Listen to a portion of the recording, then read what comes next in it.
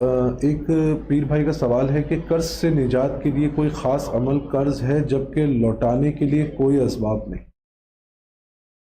سورہ آل عمران کی آیت نمبر 25-26 جو ہے وہ اس مقصد کے لیے بہت اعلیٰ اور عمدہ ہے۔ عشاء کی نماز کے بعد روزانہ 41 مرتبہ پڑھی جائے اور 14 مرتبہ جو ہے آگے پیچھے پڑھ جائے، اور اس کی نیت سے پڑھی جائے کہ اللہ مجھے کشادگی عطا کرے، میرے قرض کو دفع کرے، کہ مجھ یہ نوسط مجھ پہ جائے اور میرے ہاتھ کشادہ ہو جائے۔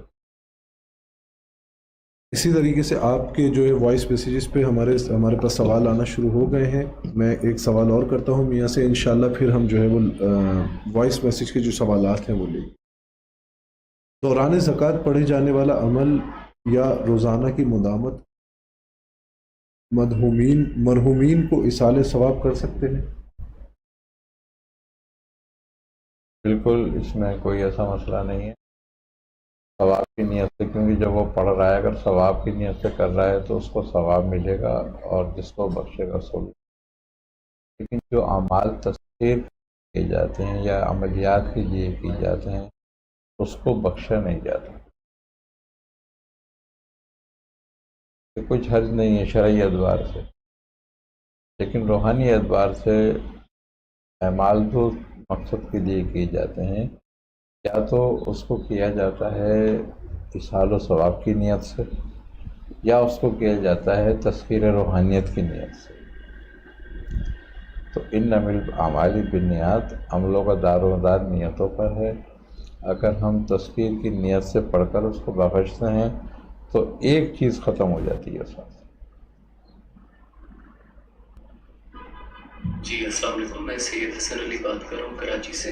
میرا بھی حضور سے یہ سوال ہے کہ گزشتہ کچھ عرصے سے میں اپنی روحانی منزل یا روحانی حصے کی تلاش میں ہوں، تو میں یہ ریکویسٹ کرتا ہوں کہ حضور سے کہ آپ کائنڈلی مجھے میری رہنمائی بھی فرمائیے اور میری مدد بھی فرمائیے کہ کس طرح اس کی تلاش جو ہے وہ ممکن ہے۔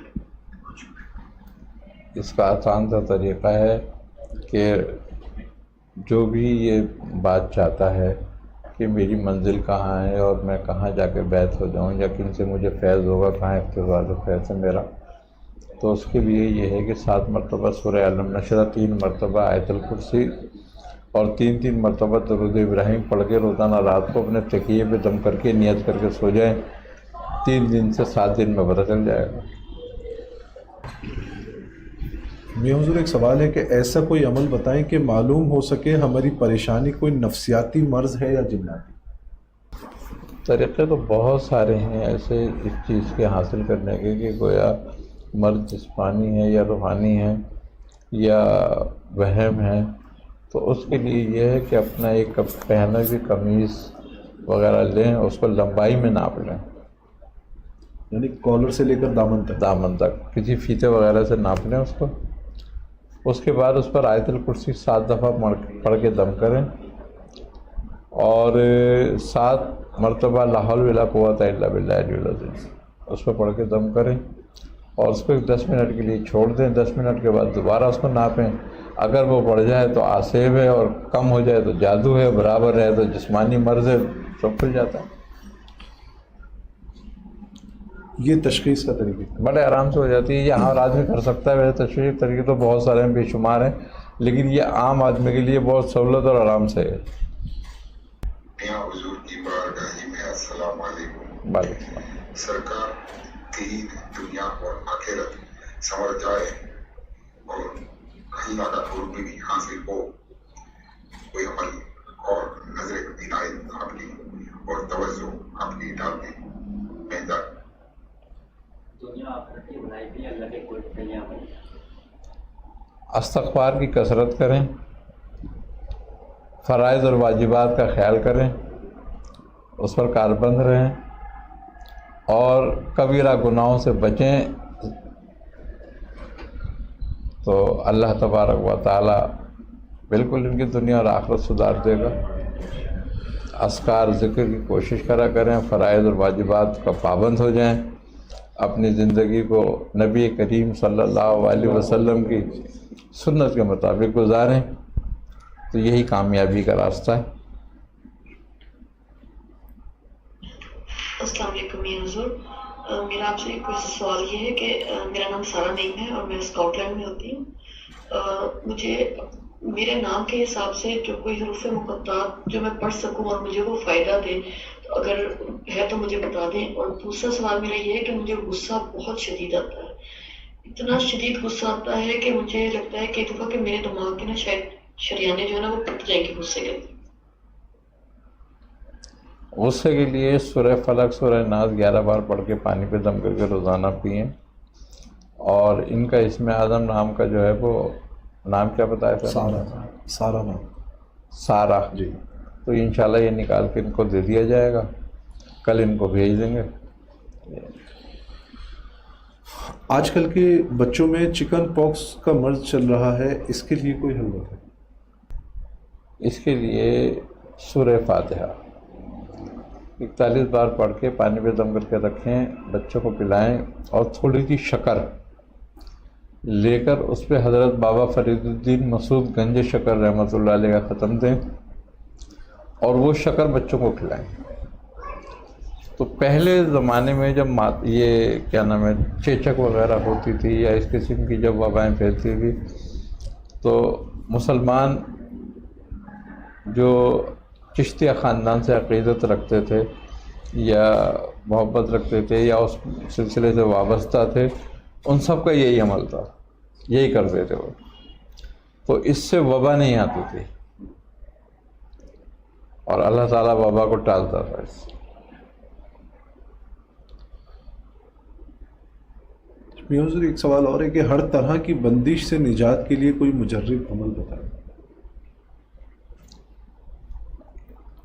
بندش سے نجات کے لیے اور ان سب چیزوں کے لیے جو ہے سورہ طارق کی آخری جو آیتیں ہیں 15, 16, 17 یہ بہت مجرب ہے. اگر کوئی ایک تسبیح اس کی روزانہ اپنے ورد میں رکھ لیتا ہے تو یہ حصار بھی ہے, بندش بھی ہے اور حفاظت بھی ہے اور توڑ بھی ہے. السلام علیکم. بہن کی 2 مہینے پہلے شادی ہوئی تھی, اس کے میاں کو غصہ مت دے کے بیوی کو ہاتھ اٹھا لیا, 2 مہینے میں طلاق دینے کی دھمکی دیتا ہے. گھر میں بالکل بھی نہیں بنتی ہے, گھر آنے کی بات کرتی ہے تو بالکل لڑائی ہوتی ہے. 20 دن سے گھر پر رک کے بیٹھی ہوئی ہے, اسپتال سے تو فون نہیں آیا ہے. میاں حضور سے گزارش ہے کہ بہن کے لیے ایسا پڑھنے کا کچھ بتا دیجیے کہ اس کے میاں کا فون آ جائے اور بیوی سے اچھے سے سلوک کرے. سورۃ القاریہ 14 مرتبہ پڑھے, 14 مرتبہ درود شریف پڑھے اور تصور میں اپنے شوہر پہ دم کرے. اور اگر جب گھر چلی جائے تو اس کے پانی یا چینی پہ دم کر کے اس کو استعمال کرائے تو انشاءاللہ تعالیٰ یہ مسئلہ اس کا حل ہو جائے گا. حضور آج کا آخری سوال یہ ہے کہ کوئی ایسا عمل تعلیم فرمائے کہ عوام الناس کے لیے, کہ عام عوام جو ہے وہ فلسطین کے مسلمانوں کے لیے غیبی مدد کے لیے جو ہے وہ کوئی عمل ایسا بتائیں گے پڑھیں گے. ان فتنوں کے لیے, فسادوں کے لیے یا حربی معاملات کے لیے حضرت سیدنا شیخ ابوالحسن شاذلی رحمۃ اللہ علیہ فرماتے ہیں کہ اگر اہل بغداد میری حزب کی جو ہے وہ ورد کرتے تو غنیمت و تاراج نہ کرتا. تو اکثر ہمارے اپنے تجربے میں ہے یہ بات کہ جب فتنہ طالبان کا اٹھا ہوا تھا اور بہت زیادہ کراچی میں اس قسم کے معاملات ہو رہے تھے تو ہم نے جگہ جگہ اور پورے پاکستان لیول پر جو ہے حزب البحر کے ختم کرائے تھے, جس کا نتیجہ یہ نکلا اللہ تعالیٰ نے ان فتنوں سے ہمیں بالکل آزاد کر دیا, نجات مل گئی اور بڑا امن ہو گیا تھا. تو یہی ہے کہ اگر فلسطینیوں کے لیے دعا حزب البحر کے ختم کیے جائیں اور ان کے لیے ان کی دعا کی جائے تو انشاءاللہ تعالیٰ اللہ تعالیٰ ان پر رحم فرمائے. باقی بات یہ ہے کہ دعا صرف دعا ہوتی ہے اور اللہ کسی بھی دعا کو اپنی حکمت کے تحت قبول کرتا ہے, کسی کی خواہش سے نہیں. تو اب اللہ کی حکمت اس معاملے میں جو بھی ہے, ہمارا کام صرف دعاؤں کرنا ہے مسلمانوں کی خیر خواہی کے لیے. جو لوگ مسلمانوں کے لیے دعا کرتے ہیں، اپنے غیب ان کی دعا کرتے ہیں، ان کے لیے دعا کرتے ہیں، ان کا درد رکھتے ہیں، تو وہ ابدالوں کے درجہ پاتے ہیں۔ تو اس لیے لہذا ہمیں چاہیے کہ ہم اپنے مسلمان بھائیوں کے لیے جو ہے دعا ضرور کریں، جو ہم سے ان کی خدمت یا جو کچھ ہم سے کوشش ہو سکتی ہے۔ جب نار نمرود دہکائی گئی تو ابابیل نے اپنی چونچ میں پانی بھرا اور وہ لے کر آ گئی اور ان نے پانی آگ پہ ڈالا۔ تو اب وہ جو نار نمرود تھی وہ تو ایک بہت بڑی آگ تھی، تو گرگٹ اس کو پھونک مار رہا تھا تو تاکہ اور بھڑکے۔ تو شیطان نے اس سے کہا ابابیل سے کہ وہ کمبخت، تجھے چونچ میں پانی بھر کے لا رہی ہے تو کیا اس سے یہ نار نمرود بجھ جائے گی؟ اس نے کہا نہیں بجھے گی، مجھے بھی معلوم ہے، لیکن جب کل ابراہیم کے دوستوں کا ذکر ہوگا تو میرا نام ضرور آئے گا۔